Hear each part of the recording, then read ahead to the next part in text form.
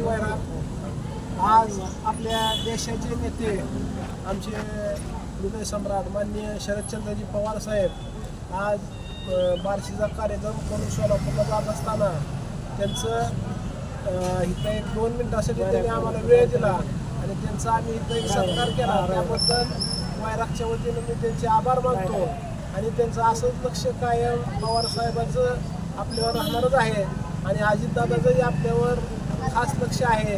एवढंच मी या निमित्तानं सांगतो.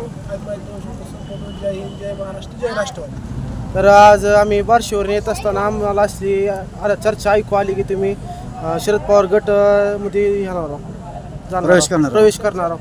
तशी त्या चर्चा ते आपल्या देशाचे नेते आहेत आणि आमचे हृदयात त्यांचं स्थान आहे. त्याच्यामुळं आम्ही आजोबापासून आमचे संबंध आहेत. त्याच्यामुळं आणि वैरागवरनं जात असताना आपण त्यांचा सत्कार करणं हे काम आहे आणि उपनगराध्यक्ष आहे वैरागचा.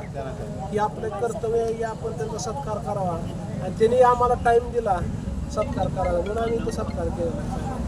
ती आज सभा बार्शीमध्ये झाली शरदचंद्रजी पवार साहेब यांची.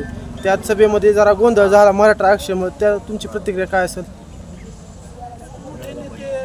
मराठा आरक्षण ही द्यायचं काम शासनाचं आहे आणि त्यांनी ते द्यावं. आम्ही सुद्धा नगरपंचायतचा ठराव घेतलेला आहे. त्या पद्धतीनं आता जी काय सरकार निर्णय घेईल त्याच्यावरती निर्णय होईल.